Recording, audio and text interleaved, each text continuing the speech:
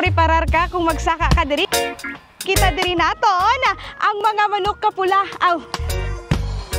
Makita nyo ini nga hagdan nga mayara sa nagkalinlain nga kolor nga do kaangay isang rainbow.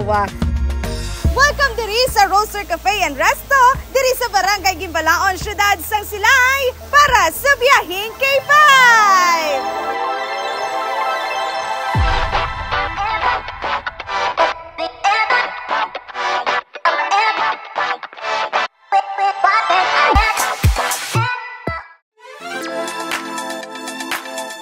K5 diri kita sa Roaster Cafe nga makita naton sa kilid mismo sang dalan. Apang preparar ka kung magsaka ka diri kay nga may ara ikaw sang taklaron nga mga steps. Subong diri kita sa may Roaster Farm. Makita diri naton ang mga manok kapula. Manok nga inugbulang gali. Ang ini nga Gamefall Farm ang ginapanagiyahan ni Melchor Rojo nga mayara sang 9 hektaryas nga kalaparon.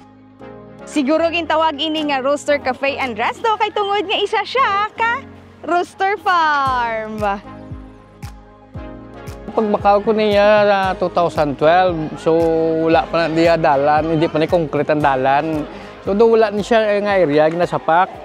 Karon sang nag-start na ang development sang dalan, do damo na balang ride sang galagaw-lagaw de. Karon may ara ko daw nasampukan ko bala nga daw building nang tapos nang paubra ko hagdanan. Pero which is sa amo lang, private lang niya. May gatalang bala nga nagasaka, sir may kapihan de. Tiya mo na nga may abi nga put up ko bikapihan nga gamay. Kaya nga ado damo gatalang bala kiti abi nila tuod kay may building pero usually sampukan sang manoko. Sumugod sadto ang ini nga Gamefall Farm ang nangin isa na ka Roaster Cafe and Resto. Ano nga tuig, sir? 2018. Pagka to 2020, may pandemic ka. Oo. Kamusta, sir? So, pag pandemic, nag-close din kami mga 7 months. Okay. So, galing that time, may poultry supply, kuya, sa Silay. So, amo to nag-survive diri sa amon. Kaya iba namon mga staff, why nagpuli. Although wala sila sweldo, pero sige amon supply mga pagkaon. Kaya kadamo amon staff. Pagka amat-amat open, kaya gintagaan kami permit sa nga ITF, kaya tungod nga open, lapad ng space. Pagka start sa pandemic nga nag-open na ang mga area nga hindi lang aircon, dila kami nag-start nga damo gid nagkadto. So na-discover gid nila. Manabo man ang naga-question sa iya nga ideya sa pagbutang sang kapihan diri. Okay, ang bata ko ni sa Amerika, 5 years sila, HM ni siya graduate. Sila ganin usually wala pa nanay nagsuporta sa akong kay nila pati sino mga pinasi mo kay masaka para sa gilang balata kay basic mag-click.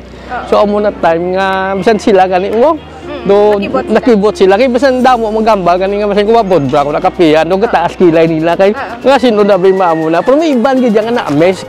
Apang ini ang nangin madinalagon kag nahatagan pa sang pagkilala. Nakakuha ta sang award sa Q Asia kay tungod na tilawan nila nga affordable na may kag presentable ambiance tanan mo na bala.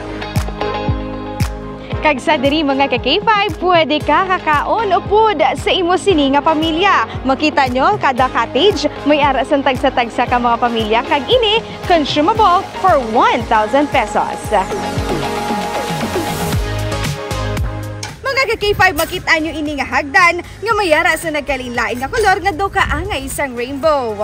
Makita natin, sir, may mga stairs. Pila ka steps halin gid dito sa 200 plus na bala nila ko katanda from the bottom hasta na 200 plus na siya. Ini naghatag sang paglaom matapos ang pandemya.